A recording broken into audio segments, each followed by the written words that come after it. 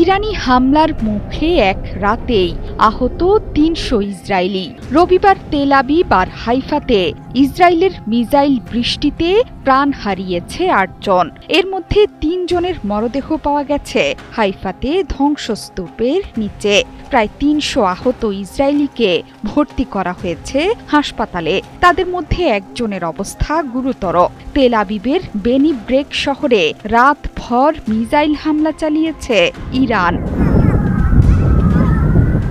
এই দৃশ্যকে হঠাৎ ফিলিস্তিনের গাজা বলে ভুল করবেন যে কেউ, কিন্তু এটি গাজা বা ফিলিস্তিনের কোনো স্থান নয়। এই দৃশ্য ইসরায়েলের। ফিলিস্তিনের হাজার হাজার মানুষকে বাস্তুচ্যুত করেছে ইসরায়েল। কখনো সেই দেশের নাগরিকদের মনে প্রশ্ন জাগেনি, কেন এত ফিলিস্তিনিকে মারা হচ্ছে, কেনই বা তাদের পৈতৃক ভিটা থেকে উচ্ছেদ করা হচ্ছে। এখন হয়তো ঘর হারানোর যন্ত্রণা কিছুটা বুঝতে পারবে ইসরায়েলের বাসিন্দারা।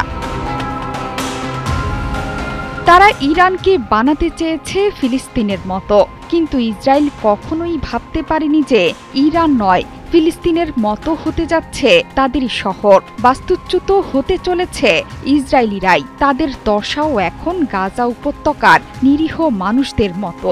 ইরানের মিসাইলের আঘাতে এখন মৃত্যু নগরীতে রূপ নিয়েছে ইসরায়েল।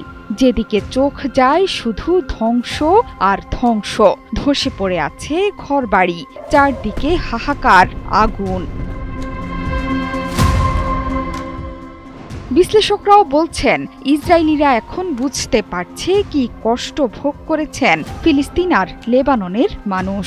ফ্রান্স থেকে এমন মন্তব্য করেছেন সামরিক ও রাজনৈতিক বিশ্লেষক এলিজা ম্যাকনিয়ার। এমনকি এই যুদ্ধ আরও তীব্র থেকে তীব্রতর হতে চলেছে বলেও সতর্কবার্তা দিয়েছেন এই বিশেষজ্ঞ।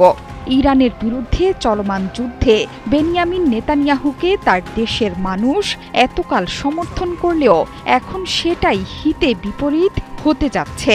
১৯৭৩ সালের পর থেকে কোনো দেশের সাথে যুদ্ধে জড়ায়নি ইসরায়েল, আর এতটা ধ্বংসযজ্ঞ প্রত্যক্ষ করেনি সে দেশের মানুষ।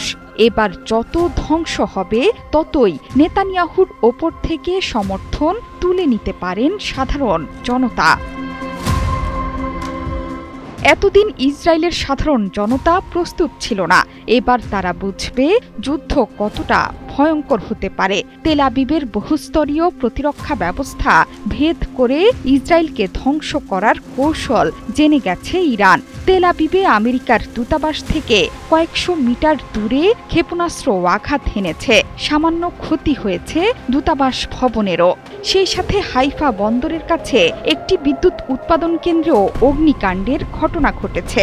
ইসরায়েলিদের সামনে কঠিন সময় অপেক্ষা করছে, যা তাদের বুঝিয়ে দিতে চলেছে ফিলিস্তিনিদের কতটা কষ্ট সহ্য করতে হয়েছে বেনিয়ামিন নেতানিয়াহুর বর্বরতায়। জোহরা চৌধুরী সেতু, ৭১।